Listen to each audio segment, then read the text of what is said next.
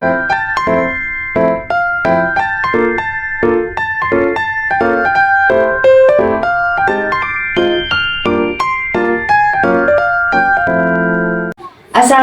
warahmatullahi wabarakatuh. Perkenalkan, nama saya Eva Siti Sophia. Saya Jaskia Salsabiran Hakim Putri. Saya Priska Duyanti. Saya Setia Sapira. Saya Aulia Dusa Fitri. Saya Intan Tanzania. Di sini kami akan menjelaskan tentang pengaruh atau dampak pusat pertumbuhan dalam berbagai bidang. Pengertian pusat pertumbuhan merupakan suatu magnet sebagai penarik dan juga sebagai pendorong perkembangan suatu wilayah. Pusat pertumbuhan wilayah dapat terbentuk secara alami maupun rencana wilayah dan selalu berkaitan dengan pengelolaan dan penataan ruang yang di dalamnya terdapat pertumbuhan pembangunan baik di bidang fisik, sosial, ekonomi, ataupun budaya. Lalu faktor apa sajakah yang dapat mempengaruhi pertumbuhan tersebut? Untuk lebih jelasnya lagi akan dijelaskan oleh rekan saya. Nah, jadi yang pertama adalah faktor fisik. Faktor fisik sangat mempengaruhi perkembangan pusat pertumbuhan wilayah. Faktor fisik meliputi topografi, iklim, keadaan tanah, keadaan air, dan sebagainya. Kondisi fisik suatu wilayah yang memenuhi syarat-syarat tertentu untuk mengembangkan wilayah akan lebih cepat berkembang. Misalnya, topografi datar, ketersediaan air mencukupi, kondisi tanah stabil, terhindar dari banjir, terhindar dari longsor, gempa, dan sebagainya, maka wilayah tersebut akan lebih cepat berkembang.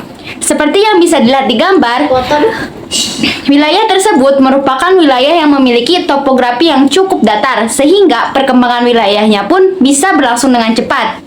Lalu, faktor apa lagi setelahnya? Simak baik-baik ya. Faktor berikutnya adalah faktor pengambilan kebijakan. Tidak semua wilayah dapat berkembang sesuai dengan apa yang diinginkan, meskipun memiliki beberapa faktor yang sangat mendukung perencanaan pembangunan terhadap perkembangan wilayah, dan juga menentukan perkembangan suatu wilayah. Kebijakan-kebijakan yang diambil haruslah menguntungkan bagi pengembang wilayah seperti kebijakan penggunaan lahan bencana dalam ruang wilayah, dan pengendalian pemanfaatan lahan. Selanjutnya, faktor ekonomi. Selanjutnya, faktor ekonomi. Faktor ekonomi, setiap wilayah memiliki kebutuhan dan potensi yang berbeda. Misalnya, suatu wilayah tidak mampu menyediakan kebutuhan seperti bahan pangan, sementara wilayah yang lain memiliki potensi untuk menyediakan bahan pangan. Begitu juga sebaliknya, maka akan terjadi hubungan timbal balik yang saling mempengaruhi. Next, rekan saya akan menjelaskan tentang faktor sosial. Faktor berikutnya adalah faktor sosial, di mana suatu wilayah dapat dikatakan sebagai pusat pertumbuhan wilayah apabila wilayah tersebut kondisi pendidikan, pendapatan, dan kesehatan masyarakatnya lebih terjamin bila dibandingkan dengan wilayah yang lain. Kondisi pendidikan, pendapatan, dan kesehatan dapat terbentuk secara alami, yaitu masyarakat mulai sadar akan kebutuhan tersebut dan secara terencana, yaitu terdapat perencanaan mengenai pembangunan dan peningkatan pendidikan, pendapatan, dan kesehatan. Setelah itu, kita lanjutkan ke faktor yang terakhir. Faktor yang terakhir yaitu faktor sarana pendukung ketersediaan. Sarana pendukung seperti jaringan jenis transportasi, sarana ekonomi, pendidikan, dan fasilitas berperan dalam mengembangkan wilayah. Semakin meningkatnya pengembangan wilayah menuntut adanya peningkatan sarana pendukung dengan tersedianya sarana pendukung tersebut. Hal ini dapat mendukung perekonomian suatu wilayah. Sarana pendukung memberikan kemudahan dalam melakukan kegiatan ekonomi. Misalnya, transportasi memudahkan dalam distribusi barang dan memudahkan mobilitas penduduk pasar dan mal.